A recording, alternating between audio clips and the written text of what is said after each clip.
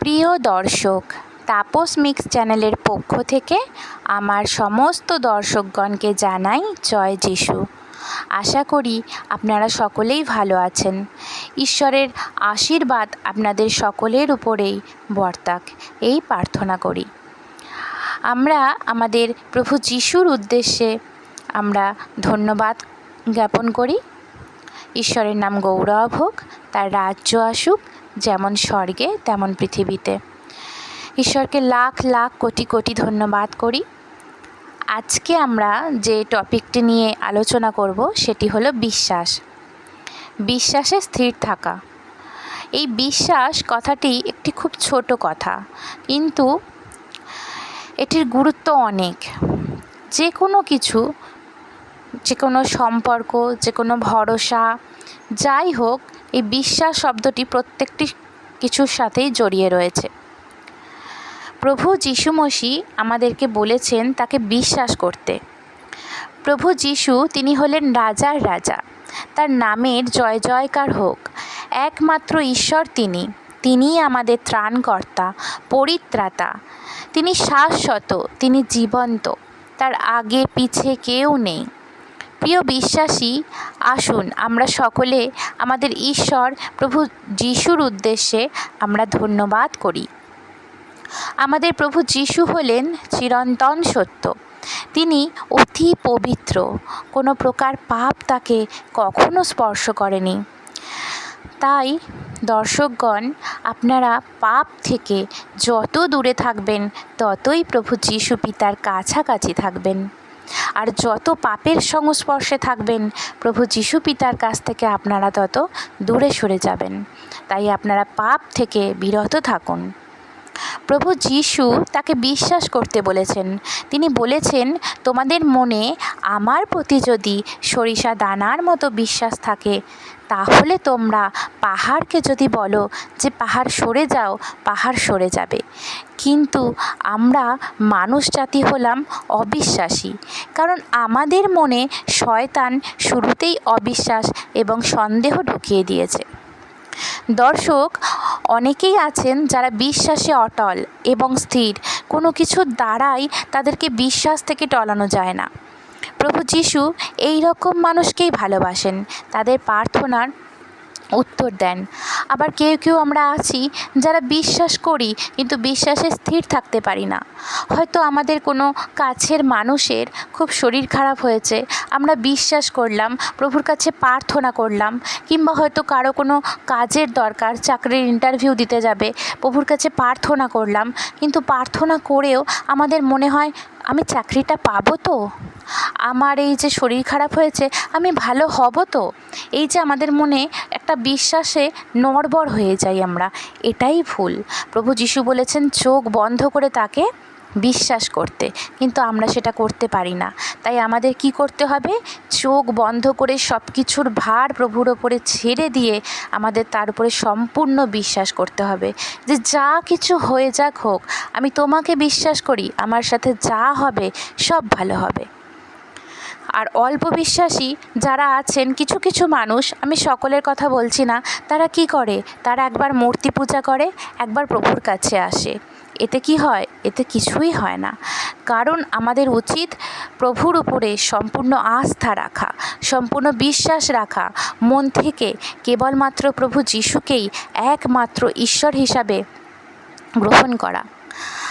আর যে সমস্ত মানুষ তাদের মনে প্রভুর প্রতি সন্দেহ থাকে, আর যে আমি এটা চাইছি প্রভুর কাছে, আমি এটা পাবো তো, বা আমি এটা পেলাম না প্রভুর কাছে চেয়ে, আমি এখন আর প্রভুর কাছে থাকবো কেন? প্রভুর কাছে তো আমি এসেছিলাম এটা পাবো বলেই, আমি তো এটা পেলাম না। এই যে প্রভুর কাছে আসার উদ্দেশ্যটাই হলো আমি কিছু চাই প্রভু তোমার কাছে, সেজন্যই এসেছি, এটা কিন্তু না। প্রভুর সাথে আমার গিভ অ্যান্ড টেক পলিসি না, যে আমি প্রভুর কাছে আসবো, তাকে ডাকবো, আর আমি এটা চাইবো আর প্রভু আমাকে দিয়ে দেবেন, সেটা কিন্তু না। প্রভুর কাছে আসতে হবে প্রভুকে ভালোবেসে, প্রভুকে মন থেকে ডাকতে হবে, মন থেকে প্রভুকে একমাত্র ঈশ্বর হিসাবে মেনে তার সমস্ত আজ্ঞা পালন করতে হবে, আর তার সাথে থাকতে হবে প্রভুর প্রতি মনে বিশ্বাস। ঈশ্বর বলেছেন, আমাকে বিশ্বাস করো, আমি তোমাদেরকে সমস্ত প্রকার বিপদ থেকে রক্ষা করব। আমরা যখন কোনো বিপদে পড়ব তখন প্রভুর কাছে বিশ্বাসের সাথে প্রার্থনা করব। আমাদের প্রার্থনার থাকবে প্রভুর প্রতি অটল ভরসা এবং বিশ্বাস। আমরা এভাবেই প্রার্থনা করব যে ঈশ্বর, আমি যিশু নামে তোমার কাছে যা চাইছি তা আমি পেয়ে গেছি। আর দেখবেন প্রভু আপনাকে বিপদ থেকে রক্ষা করেছেন। তাই বিশ্বাসে নড়বড় হলে হবে না। প্রভু যখন কবর থেকে জীবিত হয়ে তার শিষ্যদের দেখা দিয়েছিলেন তখন সবাই তাকে বিশ্বাস করলেও ক্ষমা করেনি। তখন প্রভু বলেছিলেন, ধন্য সেই ব্যক্তি যে আমাকে না দেখেও বিশ্বাস করে। আমরা প্রভুকে দেখতে পাবো না, কারণ আমরা যে পাপী, কিছু না কিছু পাপ তো আমরা করেইছি, কিন্তু আমরা প্রভুকে আমাদের বিশ্বাসে অনুভব করতে পারি যে তিনি আমাদের সাথে সব সময় আছেন। আর তার কারণেই আমাদের নিঃশ্বাস পড়ছে। হ্যাঁ, আমরা এই যে নিঃশ্বাস নিচ্ছি, এই যে বেঁচে আছি, এটিই সবথেকে বড় প্রমাণ যে প্রভু আমাদের সাথে আছেন।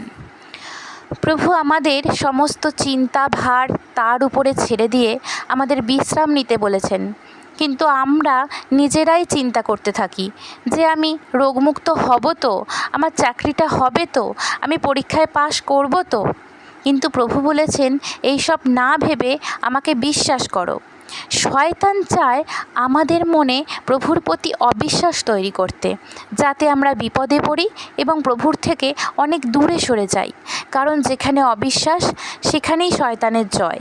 তাই আমাদের প্রভুর উপরে সম্পূর্ণ বিশ্বাস করতে হবে। আমরা বাইবেলে দেখি যে একজন নারী 12 বছর ধরে রক্তস্রাব রোগে ভুগছিল। কোনো ডাক্তার তার সেই রোগ ভালো করতে পারেনি। তো সে যখন প্রভু যিশুর সম্পর্কে শুনেছিল তখন তার মনে বিশ্বাস জন্মেছিল যে আমি যদি একবার প্রভু যিশুর কাছে আসতে পারি আর তাকে একবার স্পর্শ করতে পারি তাহলেই আমি ভালো হয়ে যাব। আর সে এই বিশ্বাসের উপরে নির্ভর করেই প্রভু যিশুর কাছে এসেছিল এবং পিতার পোশাকটি স্পর্শ করেছিল বিশ্বাসের সাথে, এবং সে সঙ্গে সঙ্গে রোগমুক্ত হয়েছিল। শুধুমাত্র তার বিশ্বাসে, প্রভুর প্রতি তার বিশ্বাস থেকেই সে রোগ মুক্ত হয়েছিল। 12 বছরের দীর্ঘ 12 বছরের রক্তস্রাব রোগ থেকে সে মুক্তি পেয়েছিল শুধুমাত্র প্রভু যিশুর উপরে বিশ্বাস করে। তাই ঈশ্বর বলেছেন, যে আমাকে বিশ্বাস করবে সে বাপ্তাইজ হবে, সে আমার নামে ভূত ছাড়াবে, নতুন নতুন ভাষায় কথা বলবে, ক্ষতিকর কিছু খেলেও তার কিছু হবে না। তাই দর্শক, আপনারা আপনাদের দেহ, আত্মা, মন সমস্ত কিছু প্রভু যিশুকে সঁপে বিশ্বাসের সাথে প্রার্থনা করুন। অনেক বাধা আসবে, অনেক বিপদ আসবে, কিন্তু আপনারা বিশ্বাস থেকে নড়বেন না, বিশ্বাসে স্থির হয়ে থাকবেন। আর দেখবেন প্রভু আপনাদের জীবনে যত বড় ঝড়, যত বড় বিপদই আসুক সব কাটিয়ে একদিন ঠিক আপনাদের জীবনকে সুন্দর করে দেবেন। আজকের মতো এখানেই সমাপ্ত করছি। আমার ভিডিওটি ভালো লাগলে লাইক করবেন, আমাদের চ্যানেলটি সাবস্ক্রাইব করবেন আরও অনেক নতুন নতুন ভিডিও পাওয়ার জন্য। আর ভিডিওটি শেয়ার করবেন যাতে আরও মানুষ এই প্রভু যিশু সম্পর্কে জানতে পারে। নমস্কার।